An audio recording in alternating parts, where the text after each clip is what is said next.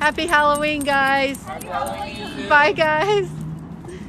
So as you join us, thank you so much. We've got some great stories tonight that we're going to be sharing with you. And we also have a couple of guests that will be joining us tonight that's very cool, very unique. Zach is out trick-or-treating, I don't know, doing what boys do on Halloween. There's a ton of teenagers running around here trick-or-treating in mobs. So it's super cool. Really cool costumes tonight. If you haven't shared, if you are dressed and you're handing out candy, share what you're wearing tonight. I'm wearing one of my t-shirts, Self-Help Slut t-shirt with my spider. I thought this was super cool. You can never go wrong with the spider. Look, isn't it cool? And we've been playing scary music all night, so the kids totally love it. I love you guys. Happy Halloween. Giving you guys big hugs. I never took my kids trick-or-treating when they were younger. We would go to festivals, right, Breezy? Mm-hmm. We'd go to festivals and we would, and things like that. I never did the door-to-door thing. So when Zach was about 16, he decided, hey, he's going to try it out. Oh, my 7-month-old is a bunny, and I'm dressed up as a carrot. That's so adorable. Cute. That's so adorable. Hey, guys, happy Halloween. Little Red Riding Hood on Saturday. She was Little Red Riding Hood. That's so precious, and it's nostalgic. I mean, that's like the true essence, right, of Halloween, doing the book. Doing the books. I love that, like the book heroes that we all grew up with. And okay, so let me go back to the Hallmark store. Okay, so I got the Death Star. Okay, I'm going to set up, they had like this black wreath in there that was $59 with lights. I'm like, you know what? It seems a little small, but I think I can do one similar that would look super cool. I'm going to share it with you guys. Happy Halloween. And I got the Mandalorian ornament, and the Mandalorian ornament, he's holding Baby Yoda. It's precious. I had to get that one because Baby Yoda, he is the bomb. And I got Luke Skywalker, and I told myself, okay, every week maybe I'll get a little something because that's super cool. And it's something so fun that I'm not embarrassed to leave it up. Outside of Christmas, even on the 4th. May the 4th be with you. Happy Halloween, guys. If you're joining us, we have gotten hit hard by trick-or-treaters. My bucket was full of candy, down to probably about 20 pieces left. We're going to have to start hitting into our chip and cookie bag stash or that we applesauce. Or applesauces, those little applesauce pouches that we use for lunch. Okay, guys, I've got this really, really cool story that Butchie is going to tell. He's one of our guests tonight. He's also very strategic in our Self-Help Slut brand clothing. He makes it, I fold it, I package it, I send it out. And he also is my publisher. So it is phenomenal to have him here with us tonight. He's got this amazing story. So we bribed him with dinner to tell us his story. And it's not a story that he has shared with a lot of people because it really freaked his family out when it happened. And it is a story he hasn't shared with a lot of people. And I was just like begging, please tell the story. And I am going to post him telling the story so other people can hear it because it is so bone chilling. And I want to be able to explain to you what exactly happened. Because in the spirit world, happy Halloween, guys, deceased people, once they build up their energy, they can move things. They can move objects. They can take objects. They can make them appear other places. If you've lost something, they can bring it back to you where you can find it. So you may say, oh, no, come on, I already looked there. There's no way that it just showed up. But in actuality, that's exactly how it happens. They will bring stuff to you. So we're going to let him have a few more bites of his spaghetti before he tells the story. Can you tell us when you're ready? Okay, so I'm going to share with you one of the stories for a lot of you that have read my book, How I Found My Superpowers. one of the go-to methods that Mom would punish me with is she would put me in a small closet, and I would be in there for hours at a time. It would just freak me out. It was horrible. So I don't like being closed in places. But I was telling my dad one evening about being, when I get close in the closet, and how scary it is for me, and I don't like it. It was like 2 feet by 2 feet. It was a super small closet, or 2 feet by 3 feet. Super small closet. And like I said, hours. But then he turned around, like trying to make me feel better, when I told him she was closing me in the closet during the day that Mommy would put me in the closet. He told me the story that back in the 60s, there was a group of medical students. And hi guys, happy Halloween. So there was a group of medical students, and they were always playing gags on each other. And all these boys liked this one girl that was studying to be a doctor, and they thought they'd pull a gag on her. So they took one of the arms from the cadavers, and they tied it on the end of a string. It's a string that she pulls when she goes into her dorm. It turned on the light. They tied it to the end of that, so when she walked in and it was pitch black, see it, she reached up to grab the string, and she grabbed the arm from the cadaver. Well, anyway, they hadn't heard from her for a few days, and they thought for sure the next day or that night she would have been, screaming and, letting them know that she didn't appreciate that prank. But they didn't see her for a few days, and finally somebody went to go check on her, and they heard some noise coming from the coat closet that was like right when you walk into the dorm. And she was in there, and she was holding the arm and had been biting on it since that night. She'd been in there for a couple of days. She freaked out so bad from it. And so I'm like, Dad, that's scary. That story scares me. And he says, well, I mean, think about it like this. The closet is nothing like that for you, and you're completely fine. And that was just not good. That's one of those times when you're a kid and someone's trying to tell you that something's okay and something's fine when it's not. It's not fine at all.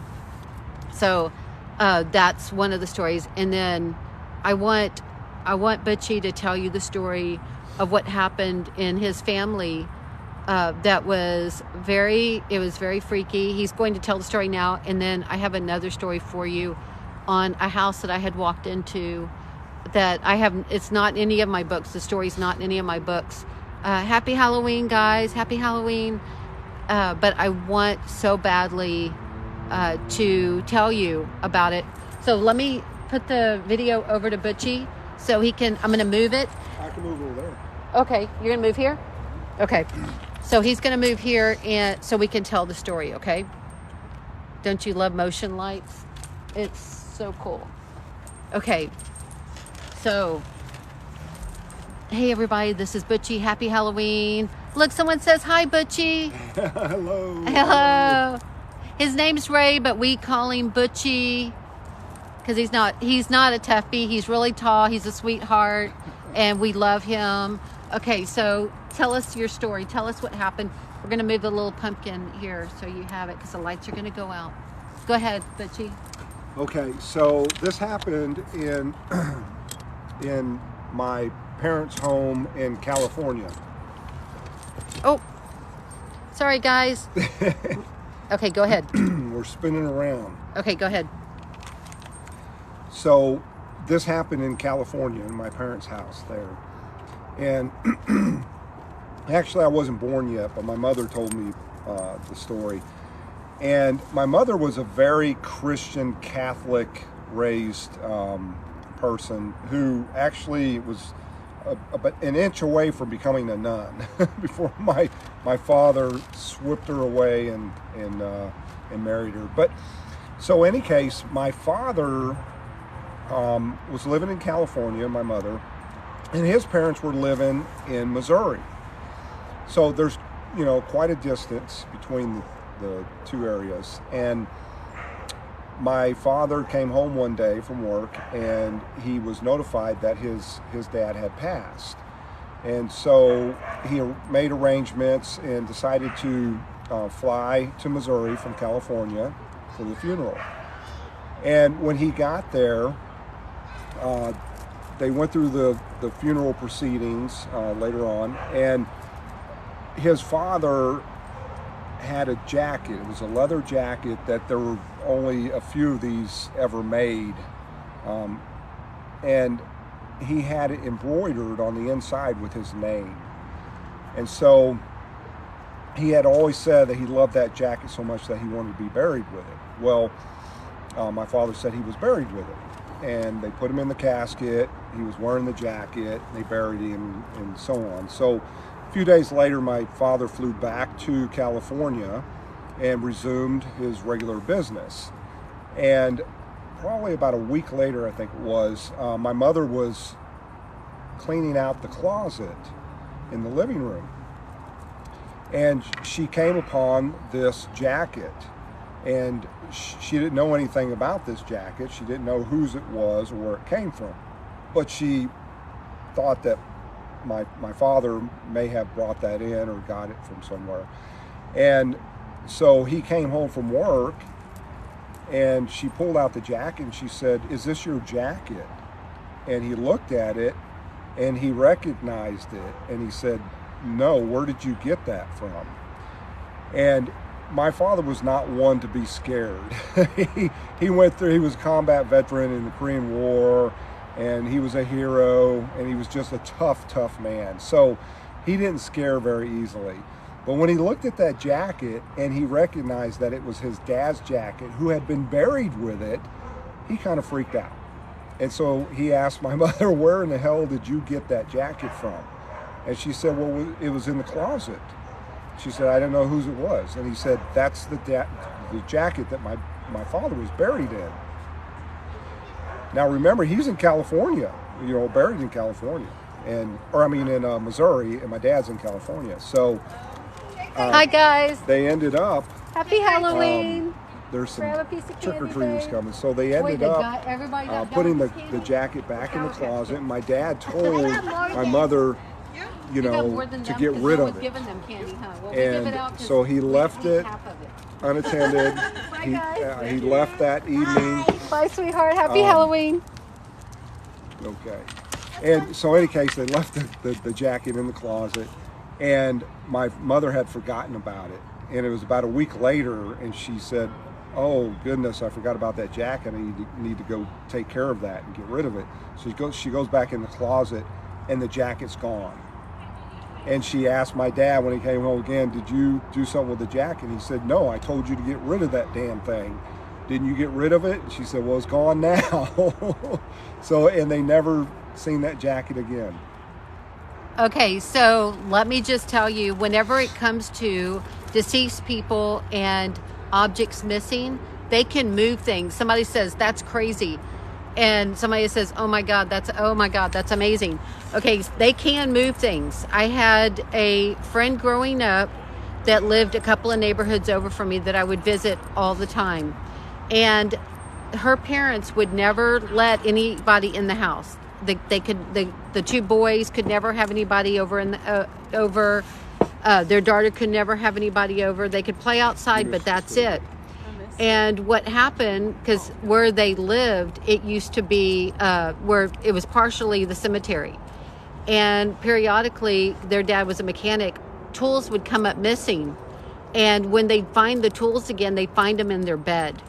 So they would wake up with like a wrench or a hammer in their bed. And so it was really scary. The mom was not doing well emotionally. They could not afford to move. But at that point, I was a kid at the time, so I really didn't know what to do. I didn't start learning what to do to get the spirits across until I was an adult. But when I would see spirits in places or see them in someone's house, they would often tell exactly how they passed and what happened or why they're there. So in the case where Butchie's dad's father's jacket, where it showed up, it was basically so he could say, "Look, I'm here, I'm fine, I want to tell you hello." And that was the only way he could actually say hello at that point. And there's so many people, you know, that when they lose loved ones, they think that's it, you know, or maybe they don't see them in dream time, or maybe, but they are with you. And usually about 2 weeks after they pass, they're able to move the lights, they're able to move light around and everything else. So it's really kind of neat. Do they remember, do they want to be remembered? Oh, it doesn't matter. They don't look at it one way, or if they want to be remembered or not, it doesn't matter to them, because this is one lifetime out of thousands that you have, out of hundreds that you have. And so it's not a big deal if, you know, you're not going to the cemetery, because that's not where they are. They only go to the cemetery when you're there. They prefer to visit with you in the car, on the way to work, in your house. A lot of deceased people do not like to go to the cemetery, and they've told me, I don't even like to go to the cemetery, but she keeps coming there and bringing flowers. So don't feel like you have to visit them. Also, for those of you that have had loved ones cremated and you sprinkle their ashes somewhere, don't feel like you have to go back and visit where you put those ashes. They are not there. They're with you when you travel back there, but they are not there. So I really hope that helps you guys in understanding what the deceased know and what they don't know. So I have never lost anyone that's close to me. Well, you know, for people who have not lost anyone, you know, when you have a moment and you know, when you're younger, you don't really think about losing people. So if you do lose someone and they're in their teens or something like that, it really hits you hard, because it's unfathomable, you know, when that happens. But all I can tell you is appreciate the people you have. Oh, you went and got the cookies in case we have to hand them out? Oh, perfect. Pour them in there. Oh, Butchie brought his own box of candy. Breezy and I have been eating out of the tub. I swear, guys, we have like 8 pieces left. This is going to have to be a Jesus and the fish story happening, okay, for us to have more treats, okay? Where the story where Jesus took a couple of fish and fed the masses. That's what we're looking to do here with this bowl of candy. Not kidding you. I got a ton of candy, put it in the bowl, and then Butchie looks at the bowl and says, "You're gonna need more candy than that." I'm like, okay. So when trick-or-treaters started coming around, I was like overly generous. I'm like, yeah, take 3. And then I'm just like, oh crap, not 3. Oh, they're so cute. I am Butchie. They love your name. Yeah, Butchie is hilarious. He is so funny. He's the one in the video where we went to the Pride Festival, and he was so mad because he didn't think I let him stay long enough. He's my publisher. He owns YDB Publishing, and he's also my partner with the Self-Help Slut clothing brand, because we started the t-shirts as promotion for the book. And then people loved the t-shirts. Even when I was just walking to the store, people would yell, "I love that shirt." So we started making the shirts. He makes them, and I fold them and package them and send them out. But now they're available on Amazon. So we actually have a sale going on for holidays. We're beating the Black Friday rush. And what we're doing, all you have to do is go to Amazon and search Self-Help Slut t-shirts or Self-Help Slut hoodies. And one of the shirts will come up and it'll give you like 30 different colors to choose from. And if you have Amazon Prime, it sends it to you like the next day. So if you have Prime shipping, you get it right away, which is super cool. Happy Halloween, guys. Happy Halloween. Paw Patrol. He's very conservative. That is so cute. Yes. Yeah, he only takes one unless they say 2. Almost everybody has You're had to be so like, good. Yeah. I wish she knew that. She ate all the Smarties from the bowl. Breezy did. that would be me. Smarties. Yes, Smarties. I went through the like Sour Patch Kids. Power to Smartie ears. Yes. Not a lot of people out there like them. And he's a dog. So cute. Oh, Frank. Adorable. Adorable. His name's Frank. He's Frankie. He's Frankie. And he's Frankie. He's so cute. Batman? And it's Do you Batman. like a piece of candy? Here you go. So cute. You're welcome. Thank you. Happy Halloween. Happy Halloween, guys. So it is. It's always interesting to see exactly how spirits want to show up, because if they've crossed in the light, they can build their light up. If they have not crossed in the light, they become very confused. And I talk about some of the situations that I've been in where I've actually met deceased people who have crossed in the light, and those that have not crossed in the light. And I talk about it in my book. Oh gosh, I need some light. Butchie, give me some light. Here it is. I talk about it. Oh, let me see this, Butchie. I talk about it in my book, How I Found My Superpowers. And I also talk about it in It Was Murder. So this one's out right now if you want a good October read.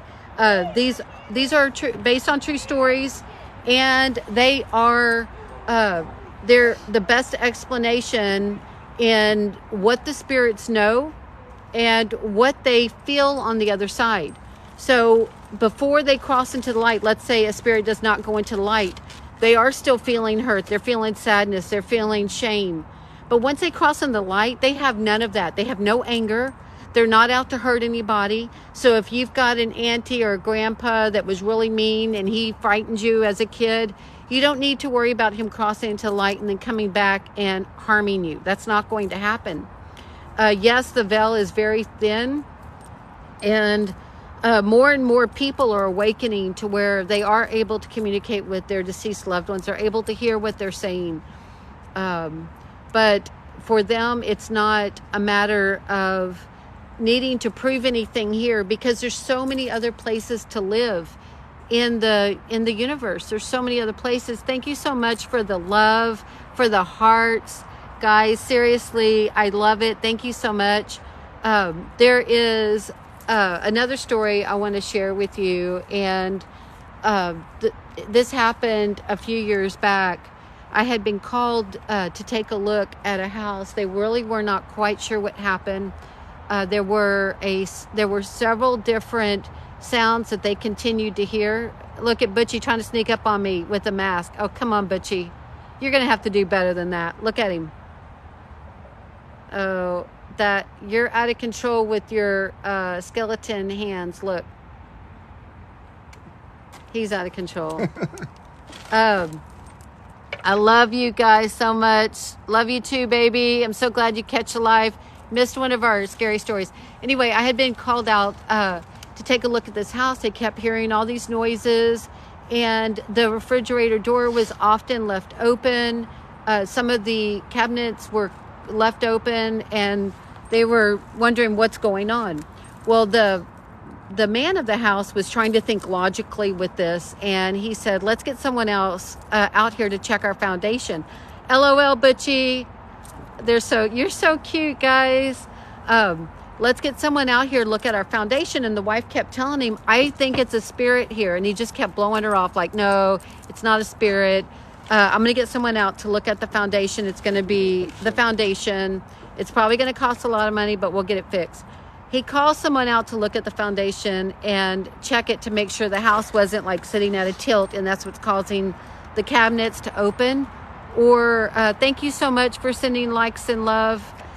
But when the guy came out to check the foundation, he's like, your house is perfectly leveled. There's no rhyme or reason to why the cabinet doors are open, why the refrigerator's being left open. And so the wife was the one that called me to take a look and see what was happening. So when I took a look to see what was going on, that the house was directly on built on a spot where there used to be another house. And so the spirit that was there had not crossed into the light. She just died of old age there in her home and was eventually carried out.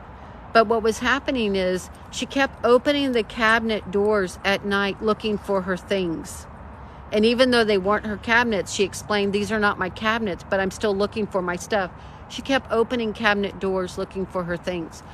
She was not in the mindset to understand that she had passed and that another couple was living there. All she knew was the house that she knew was gone, and the cabinets there were, not containing her items. So we did get her into the light, And we do now have a new believer with her husband, understanding, yes, spirits do exist.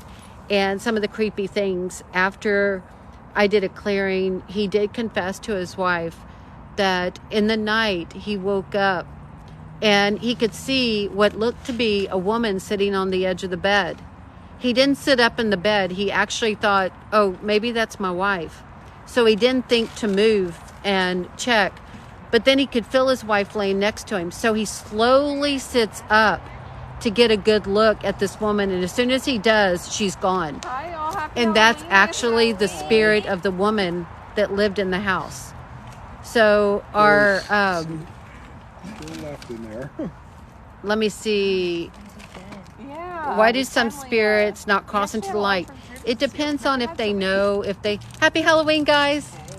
Oh, she's a chocolate chip cookie. Yummy. The smart cookie. Oh, a smart cookie. Oh, you're a graduate. You're a cutie. You're a cutie.